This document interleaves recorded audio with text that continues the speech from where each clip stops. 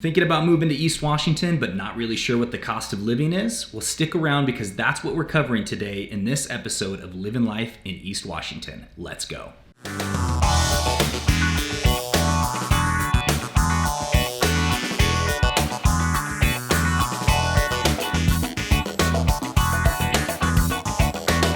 What's up guys, my name is Trent and this is Living Life in East Washington. And on this channel, we talk about all aspects of life here in East Washington and North Idaho. Places to work, how much homes cost, places to go hiking with your family. Everything you need to know in order to decide, is this a place that you want to live? So if that's something you're interested in, please make sure you tap the subscribe button, hit the notification bell so every time we come out with a new video, you get notified. And guys, we talk to a ton of people every single week who are thinking about moving here, and we really do love it. So if that's you, if this is something you're considering doing of making the move over here, make sure that you give us a call, shoot us a text or an email. We absolutely love talking about this place and we love helping you. So let's get started. Cost of living in East Washington. Today we're gonna be focusing on the median home prices in several of the major areas. So in order to get started, we need to go over to Google Earth so we can get oriented to understand where things are at. So I have it zoomed out right now. And right here, you've got Coeur d'Alene Lake. This is Pend Oreille over here. This is on the Idaho side. We're gonna be over here on the East Washington side. So as soon as you cross over state line, you are in Liberty Lake. Up north is Newman Lake. Come down, this is the main freeway right here. You've got Spokane Valley, which is a pretty major metro. Go a little bit further west and you have Spokane. This is considered South Hill right here. And don't worry, we're gonna dive into this, guys. We'll talk all about it and show you images of what it looks like. Division right here is the main arterial that goes north. You come up here, this is Wandermere. Over down here is the 5-mile Indian Trail area. You come up further north, all the way up to Deer Park. We're gonna talk about that. We're gonna come back down, and if we go further west, come out, you have the Spokane International Airport, and you have Cheney right over in that area. It's a little bit further south right here, but we're gonna talk about that. So first one we're gonna talk about, guys, let's zoom out. We are going to talk about Liberty Lake. Now, I've done a video about living in Liberty Lake. As you know, it's a beautiful community, lots of golf courses, as you can see right here. Median home prices are $512,000, but these are really prestigious neighborhoods. Everything is really, really nice. You also have Liberty Lake right here, which is a really gorgeous lake. It's a little bit on the smaller side, but you can still have your power boats. Lots of houses around the lake. It really is one of my favorite towns. It's super gorgeous and everybody there is really, really friendly. Next, we're gonna go up into Newman Lake. Now Newman Lake, I'll be honest, I've lived here 29 years. I haven't spent a ton of time in Newman Lake, but it is a really beautiful place. I used to work for a guy by the name of Bob Hamley who had a house out around Newman Lake. He really loved it. This is a smaller town.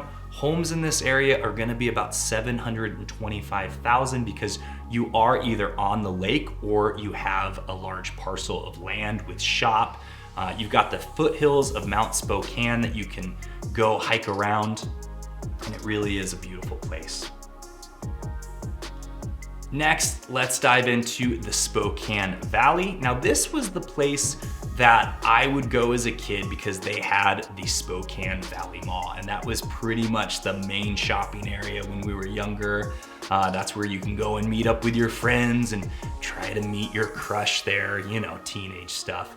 And this is a pretty large metro area. It's pretty diverse, not a lot of bodies of water, but you do have some hiking trails here. Homes are about 341,000. And like I said, I think I mentioned Spokane and Spokane Valley were once the same, and in 2003 they split off. Lots of good restaurants here, Max at the Marabou. You also have really beautiful neighborhoods like Morningside Heights, which I can show you right now.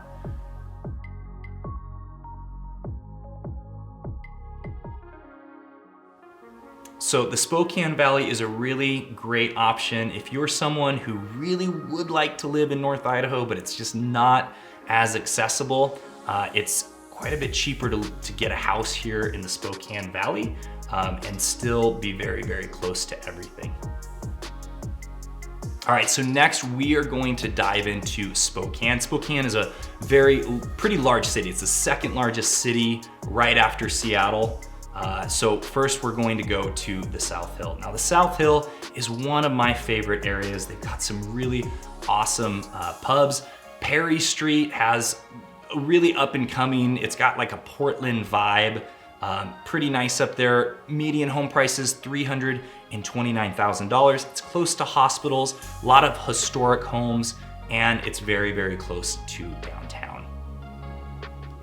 Next is Kindle Yards. So right over here, you have Kindle Yards. Kindle Yards is such a cool development. I actually, in my early 20s, lived in this area, and back then it was known as Felony Flats. It was not a nice place to live, but Kindle Yards is a really up and coming place because they've done a full development there. A lot of condo communities. It overlooks the river and downtown, and median home prices are about $310,000 there.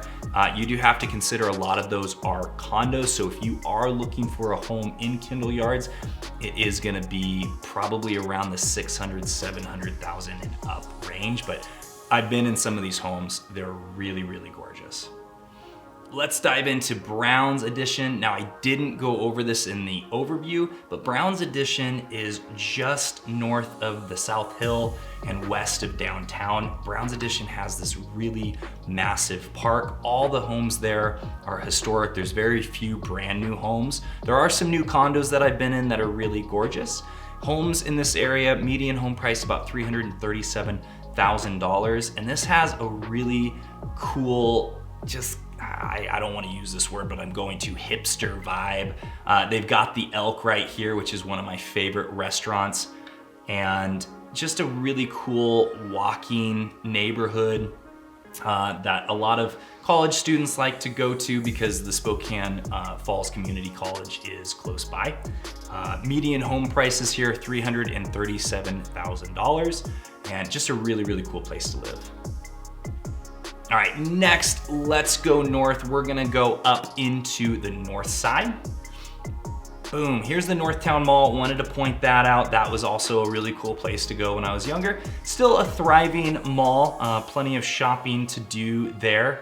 And this is the main arterial. You're gonna take Division most of the time to go north or south. And in the north side area, a lot more affordable, older homes in urban areas, nice development in suburbs, and pretty affordable. Median home price, $299,000. We do have a Chick-fil-A. I thought I should point that out for sure. A lot of people love their Chick-fil-A. It's a little bit far for me to drive. Haven't been up there yet. I don't eat a lot of fast food, but yeah, if you want your Chick-fil-A, it's right there. Let's go up to Wandermere. Wandermere has a really, really beautiful golf course. A lot of nicer homes up here. Median home price, $600,000, but it is a newer area, and you have the north-south freeway that's being developed, so you can get there fairly quickly. You can go up further north or down onto Francis. Right now, that's about as far as it goes, is Francis. Let me show you where that is. So Francis, this is the north-south freeway right over here. Take it all the way up and you can get to Wandermere. Houses here are really, really nice. I've mentioned before in prior videos, I used to be a cable guy and an alarm technician, so I've been in a lot of these homes. Really gorgeous place to live. All right, let's go up to Deer Park. So you follow 395, going north. Deer Park. Now this is going to be your rural community. A lot of places up here. There is some new development, a lot of older homes, and this is kind of where you go if you want to get away from people and not pay an arm and a leg for a house. This is a great place to go. $340,000 for the median home price, but a lot of these homes are on land. A lot of good hunting up here. Call it Deer Park for a reason. And pretty awesome if you're just, again, wanting more of that rural feel. It's not too far from downtown Spokane. We're talking 30-minute drive, and it really does get you out and away from everybody, which I'm into. I like people to a degree, and then I get kind of sick of them. All right, next, let's go down to Cheney. Cheney is definitely a smaller town. You've got Eastern Washington University here. And median home price here, you're talking $339,000. It's kind of got it's a blend between college and farm town. Lots of, as you can see, lots of property out here, lots of fields. It really is a gorgeous place to live. And it's smaller, but you're still very, very close. You've got like a 10-minute drive to the international airport, or about 15-20 minutes to downtown Spokane. Well, that's it, guys. Those are the median home prices for some of the major towns over in the East Washington side. If you guys have any questions or comments, please make sure you leave them in the comments section. Like this video, and like I said before, if you want to have more videos like this, hit that subscribe button. But more importantly, if you are serious about wanting to move out here, make sure you give us a call, text, email. We never stop working for you. We love helping people get set up here. And until next time, guys, I will see you later.